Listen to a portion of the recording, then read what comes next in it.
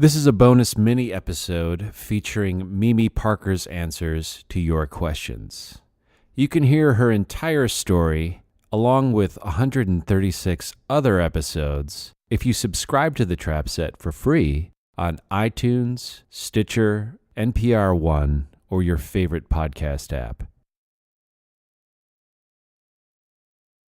Adam asks, which bands and drummers influenced you back when Low started? Wow. I'm really bad at drummers' names and whatnot.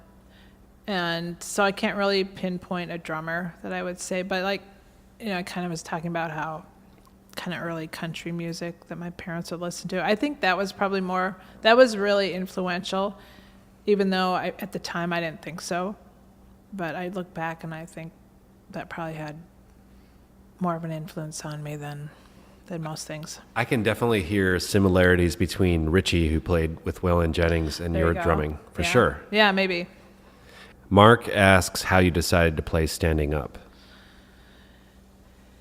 It just seemed sensible since I only had two pieces of equipment, and I was playing real minimal. I felt like, I don't know, I guess I didn't even really think that I should sit down.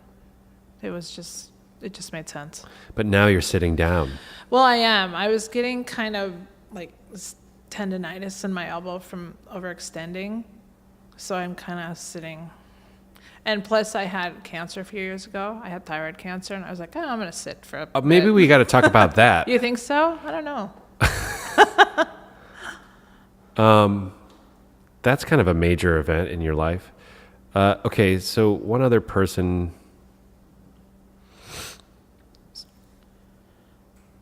what's this person's name? Somebody by the name of Box asks how you met the Garrington. Oh, gee.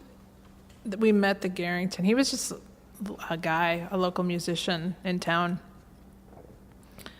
And, it's a small scene, so you kind of know everybody.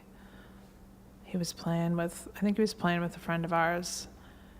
And then Alan actually... enlisted Steve to play in the Retribution Gospel Choir first.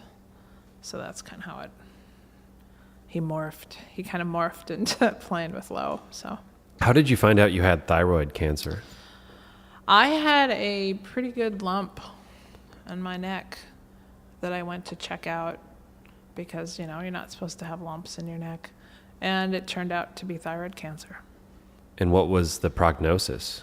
Well, so they say that it's the best cancer to get. The kind of cancer that I had was the best cancer. Very slow-moving cancer.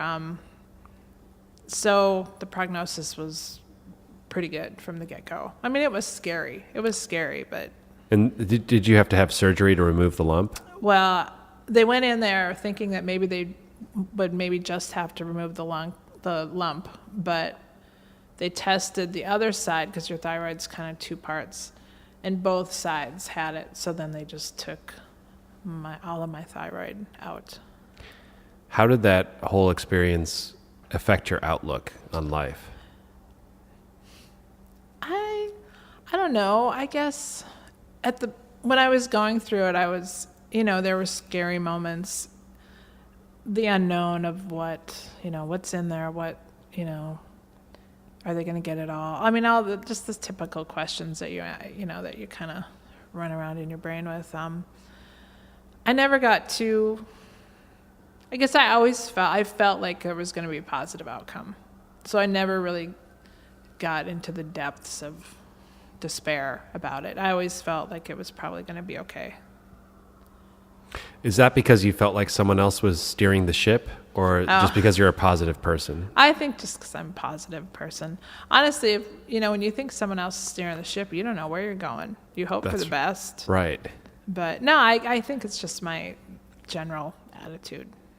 Yeah, I think that's an interesting dichotomy when we think about, if somebody else is steering the ship, then what's our responsibility? How do we play into it? Mm-hmm. So what's your opinion? Well, somebody else might be steering the ship, but I'm still responsible for my my job on keeping the your cabin clean. Keeping my cabin clean. Yeah, kind of. Yeah, I mean, I still have to be a good person. And, you know, I'm not of that mindset that, who is it? What is it? Is it the Calvinists? I forget what group of people that it's just all predestination. It doesn't matter what you do. You were predestined to either go to heaven or hell, no matter what you do on this earth. And so if you act like you're going to go to heaven, the chances are maybe that you were more likely predestined for that. So I'm not of that ilk. I feel like I can make some choices and determine my own destiny to some degree.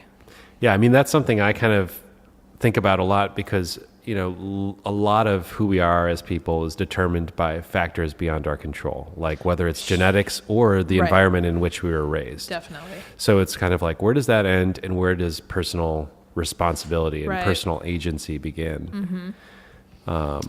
Yeah, and I think that the answer that I came up with is, you know, when I do something good, I should take credit for it. When I do something bad, it's not my fault. It's not your fault. Yeah, right. Yeah, I mean, definitely some of us are thrown some curves that we can't overcome no matter what we do. You know, mental illness being one of them, and sometimes physical illness. But, yeah, so I guess you do the best with what you have. And I think also in lots of cases, if you keep that in mind, it can potentially help you relate to other people better and cut them some slack and be more compassionate. Yeah, definitely.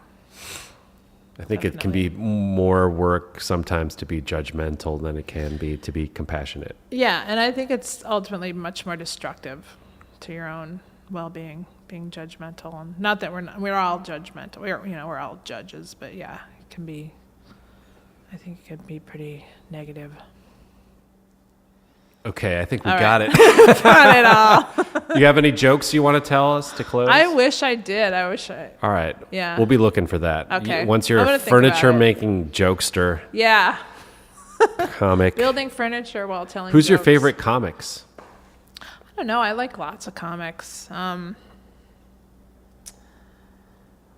like Dave Chappelle and, you know. He's pretty good. He's pretty good, yeah. There are a lot of funny people that are really...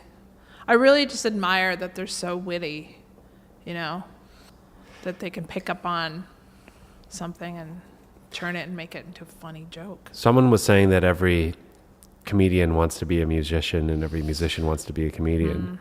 I did a month of shows where I interviewed comedy people that played drums. Right. So, I think one of the guests of that month was Todd Barry. Do you know him? Todd Barry.